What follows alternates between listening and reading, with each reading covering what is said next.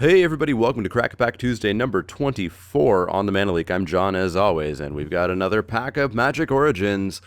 I believe the second last week. I should have a pack of Battle for Zendikar in 2 weeks. But for now, let's open this up. Let's see what's inside, and let's see what we would take. Pack 1, pick 1.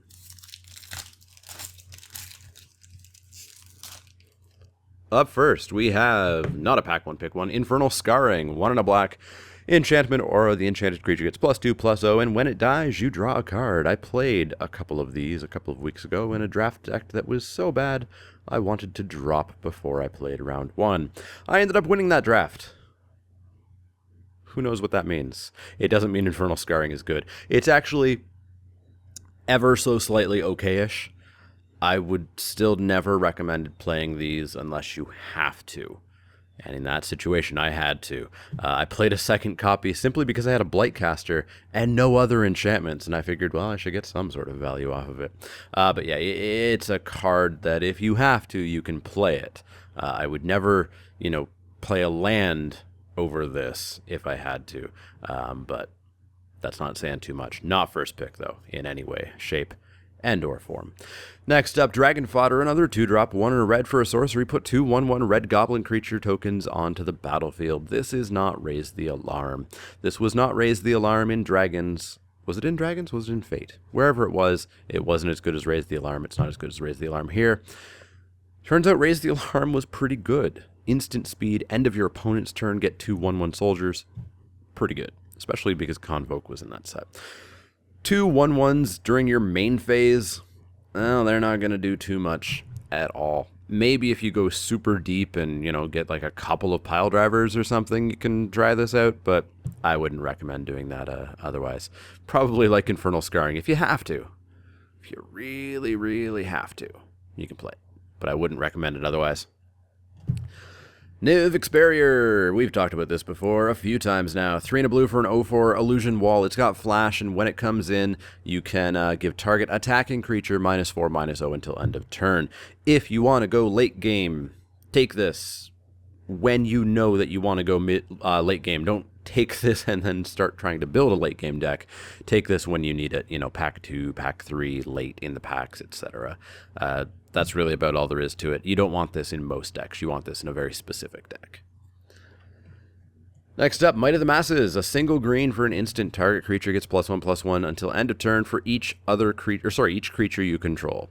Yeah, it's fine. It's totally fine. Green goes wide-ish, I would say, in this set. You can often get this to be you can often get this to be Giant Growth, +3/+3. Beware. It's a combat trick, so it could be dead in your hand. It could be as measly as +1/+1 if you only have a single creature out. Don't get too best case scenario mentality on this. Don't get thinking that this is always going to be +9/+9. Because if you have 9 creatures out, you should be just winning anyways. Yeah, it's a fine card. If you're green, take it. Take it relatively highly. If there's not an amazing creature in the pack or something like that, or not a Wild Instincts, then yeah, you can take this, but not first pickable. I hope not anyways. So far this pack, it might be. Next up, Vine Snare. 2 and a green for another instant. Prevent all combat damage that would be dealt this turn by creatures with power 4 or less. So you fog the little guys and you don't fog the big guys. It's so hard to set this up to be in any way one-sided. First off, there's just not that many 5 power or more creatures, so it's often just going to be just a fog, but for way more than fog. And you don't want to play fog anyways. I've never seen this be any good at all. I've had it played against me a couple times, and I always go, oh, okay. Well, pass the turn, and then nothing really happens. Turns come back to me, and I get to do the attack that I wanted to do anyways. Yeah, it's not good. Don't play that card. The hits keep coming. Heavy Infantry, 4 and a white for a creature human soldier, 3/4, and when it enters the battlefield, tap target creature an opponent controls. But it untaps, next turn. It's not the blue tap. It's not freeze or anything. So this maybe lets you get through for damage with your other creatures if you happen to have them out. But I've never really seen that happen. Often it's, I'll tap that. It doesn't really matter past the turn. Yeah, it's It's overcosted. I don't think it could be much cheaper, otherwise it would be too good. 3 and a white is maybe where this should go. 4 for a 3/4. Well, no, I guess being a 3/4, it needs to be kind of 5 mana with that ability. But yeah, it just doesn't do enough, and it ends up not being in any way super useful for being a 5-drop. There's few 5-drops you want to play in this format, and this is certainly not one of them. Come on, something good. Well, I guess that's fine. Pricklebore, 4 and a red, another 5-drop. This one's a 3/3. That sounds expensive, but of course, Pricklebore is a 5/3 when it's your turn, and it's a 5/3 with first strike. That gets in for a lot of damage. Opponents look a little bit, pale in the face when this comes down if they're not prepared for it. Pricklebore can do a lot of damage. It can attack in pretty much with impunity in a lot of situations. Your opponent's going to need, 6 power not power, but your opponent's going to need 6 toughness to even start to get damage through to this guy. May require double, triple blocking. Otherwise, they just need to have a flat-out removal spell for it. It's solid. It's expensive. You don't want to play 2 of these or 3 of these. But the first one is great as kind of a curve topper in red. Pricklebore. Well, hey, there's a good card. Reeve Soul, 1 and a black for a sorcery. Destroy target creature with power 3 or less. It's a strictly better defeat. This hits a lot of stuff in the format. This hits everything that we've seen so far. It would kill the infantry, it would kill the barrier, it would kill the goblins, it would kill Pricklebore. Because, of course, this is sorcery speed, so it would never be a 5/3 when you could actually cast this. Reeve Soul is probably the best black common, I think. Just super, super good. It's not going to, blow up Kothoped. It's not going to blow up Kythians or regulars or anything big in the late game, but it's going to kill what you need to kill in the first probably 4 turns or so. This is going to kill something important to the early and the development stage of the game. So very high pick. Very, very, very high pick, Reeve Soul. Next up, Dreadwaters. 3 and a blue for a sorcery. Target player puts the top X cards of his or her library into his or her graveyard, where X is the number of lands that you control. So at a minimum, you're getting 4 cards off the top of their library. In a perfect, amazing super world, you're getting, 12 of their cards out of their library. Probably not, though. If you're on turn 12, something's gone kind of crazy. I've seen people talk about drafting, every Dreadwaters that comes by and being the mill deck, but that doesn't work. Don't try it. Try it for, if you're doing something like Wacky Wednesday, or if you're really sick of the format and you just want to do something really off the wall. Go with the All Dreadwaters deck. I don't want to get too into it right now, but of course the big thing is, mill. You might mill away their bomb, but there's an equal chance that you're going to mill them to their bomb. Keep in mind that each card that comes off the top is an independent event. It's like flipping a coin.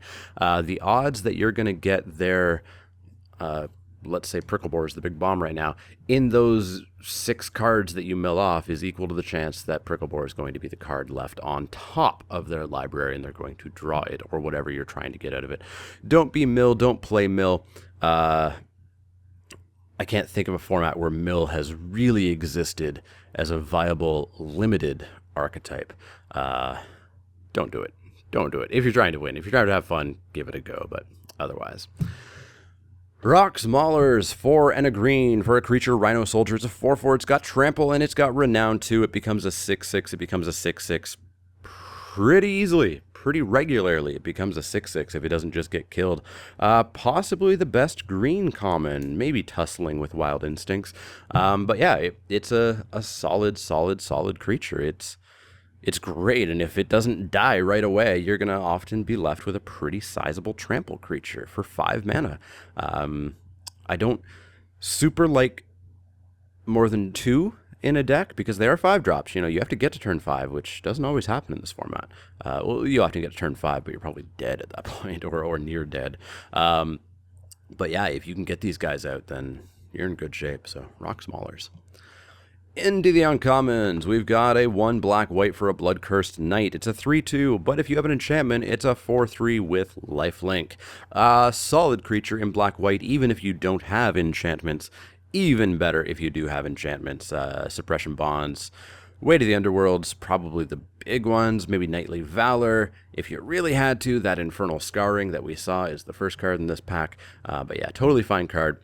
Don't ever first pick this. Don't ever take this to go black-white. Take this when you are black-white, and that's my general advice for every single gold card.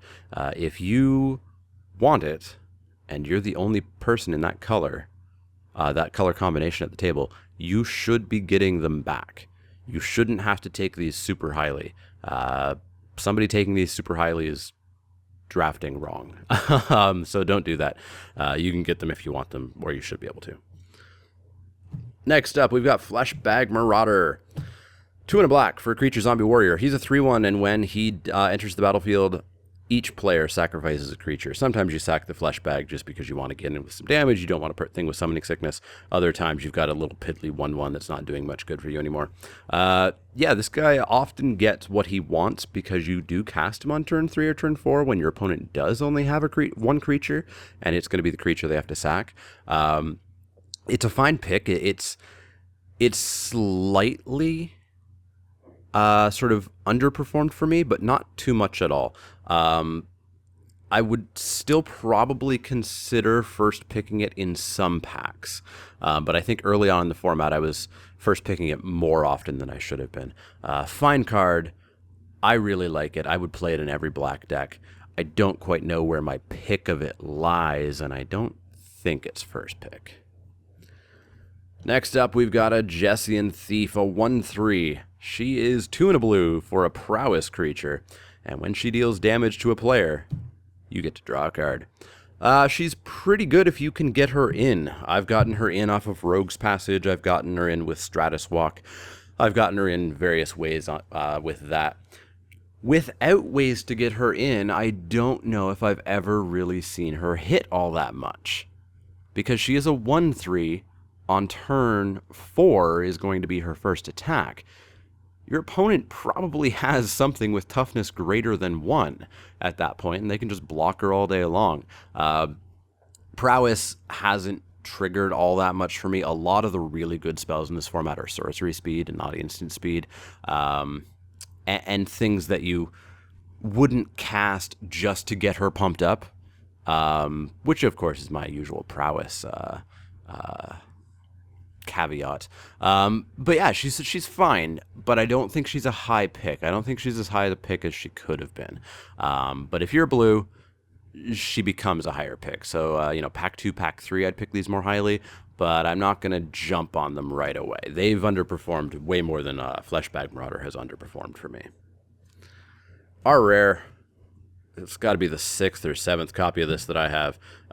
It was actually last picked at my draft a couple weeks ago, I think. Hallowed Moonlight. 1 and a white for an instant. Until end of turn, if a creature would enter the battlefield and it wasn't cast, exile it instead, and you draw a card. So basically, if a token's going to enter the battlefield from a spell, or if you're going to be reanimating something, or somehow a creature's entering the battlefield without being cast, it goes away instead, and you get to draw a card. You get to replace itself. There's nothing in this format that I'm going to have this card in to prevent. Gideon's Phalanx, if I guess you could side this in against that. Nobody really plays Necromantic Summonings. Yeah, there's no real reason to take this card basically ever, which is why it was last pick at a draft a while ago. Yeah, it's constructed. It's purely meant for constructed. It's not really meant for this limited environment, so let's toss that aside. And we've got a check card and a tip card. So, slightly weak pack on the top end and at the start, but luckily we did get a Revesoul and a Rock Maulers mid-pack, and I think I'm just going to have to go with the Revesoul. I think it's one of the best commons. It's removal. It's in a really good color. I think black is better than green. Yeah, it's going to remove a lot of stuff that you want to remove. It's not going to remove their bombs, but it's going to, really disrupt their development plan and allow you to just get in for some damage. Definitely let me know what you would have taken. Would you have taken the Rock Maulers, the Fleshbag Marauder? Maybe you're at the point where you're going to draft every single Dreadwaters. Let me know what you would have taken in the comments down below. As always, if you have any questions, comments, or suggestions, you can find me on Twitter at TheManaLeak. That's L-E-E-K, like the vegetable, not the card. You can also find me on Facebook at facebook.com/TheManaLeak. You've already found me here on YouTube. You've got the comment section down below. As I said, let me know what you would have taken. Interact with me. Interact with each other down there. I love seeing that. As well, if you like the videos, you should click those little thumbs up icons. That lets me know that you like the videos. That lets the world know that you like the videos and keeps my videos rising up through the ranks. Finally, if you haven't subscribed, you should.